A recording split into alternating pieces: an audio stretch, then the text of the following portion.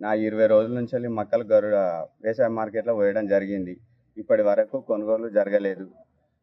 ఇన్ని రోజులు రాక ట్రాక్టర్లు పెట్టి ట్రాన్స్పోర్టింగ్ చేయడం జరిగింది. లారీలు పెట్టలేదు.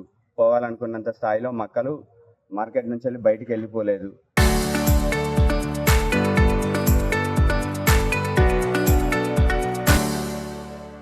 అనుకోకుండా రాత్రి వర్షం కొట్టడం వల్ల ఉన్న మక్కలు తడిచినాయి. ఇప్పటికైనా గవర్నమెంట్ స్పందించి లారీలు పెట్టి చిన్న పెద్ద అందరు రైతులు ఉన్నారు, అందరి మార్కెట్ నుంచి వెళ్ళిపోయే విధంగా గవర్నమెంట్ చర్య తీసుకోవాలని కోరుకుంటున్నాం. మార్కెట్లో 2400 మక్కలు పెట్టాలని మాకు ఏం లేదు. 2200 పెట్టు, ఉన్నాయని కొను. ఎకరానికి 20 క్వింటాల మందమే కొంటా అంటారు.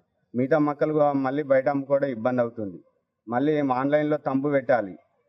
తంబు రాకపోతే మార్కెట్లో మక్కలు కొనడం లేదు. అది ఓటీపీ లేదు, కనీసం ఐ స్కాన్ చేసే మిషన్ లేదు. ఓన్లీ తంబు వస్తేనే పోతే, లేకపోతే లేదు. 6 నెలలు కష్టపడి పండించిన పంట మార్కెట్లో పోయడం వరకు ఒక ఎత్తు అవుతుంది. మార్కెట్లో ఉన్న మక్కలు అమ్ముకొని ఇంటికి పోవడానికి ఒక ఎత్తు అవుతుంది. మాకు ఎటువంటి నౌకర్లు లేవు.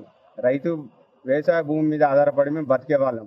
మాకు ఈ పంట అమ్ముకుంటేనే మాకు, మా కుటుంబ పోషణకు, మా పిల్లలు, మా ఖర్చులు, మేము బతకడానికి మాకు మూలాధారమే వ్యవసాయం. కాబట్టి గవర్నమెంట్ స్పందించి సత్వరమే ఈ మక్కలు కొనుగోలు చేపట్టాలి. చిన్న పెద్ద అందరు రైతులే అనుకూలంగా వెళ్ళగొట్టే విధంగా చర్య తీసుకోవాలని కోరుకుంటున్నాం.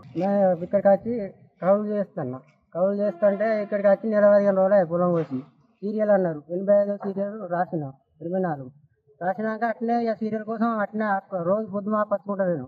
తర్వాత ఏం చేసిరు అంటే సీరియల్ బారాన్ని ఇచ్చినాక నెల రోజులకు ఇచ్చారు. అది సీరియల్ తప్పించుకుంటా ఎవరికి ఇష్టమైన వాళ్ళకు దోపిడీ చేసుకుంటూ ఇస్తారు. ఇచ్చిన తర్వాత ఏం చేశారు, మళ్ళీ ఇక మన బారాన్ని ఇచ్చినాక వారాన్ని జోకినాక మళ్ళీ వారం అయింది కాంట చేసడానికి వారం అయింది. వారం అయిన తర్వాత కుట్టడానికి మళ్ళీ 5 రోజులు పట్టింది. ఆ కాంట చేసినాక ఇట్లా ఉండేది సార్, అక్కడ తడిచి నేను నైట్ వర్షం వచ్చి ఇట్లా ఇది ఇబ్బంది. మాది సీరియల్ అంటే సీరియల్ ఎక్కడికి ఏది లేదు అన్నట్టు. పైసలు ఇస్తే తీసుకుంటారు. ఎవరు పైసలు ఇస్తే వాళ్ళకు 1000 ఇస్తారట, తీసుకుంటారు. లంచం ఇచ్చిన మొదలు పోతానే మా ఇండే ఉంటుంది. ఏమన్నా అంటే అడిగితే నీకు రాదు, నీకు కాదు, కొంచెం అలా చెప్పిన వాళ్ళు కుప్పకాడ లారీ పెట్టుకుంటారని బత్తాలు వేసుకుంటారు.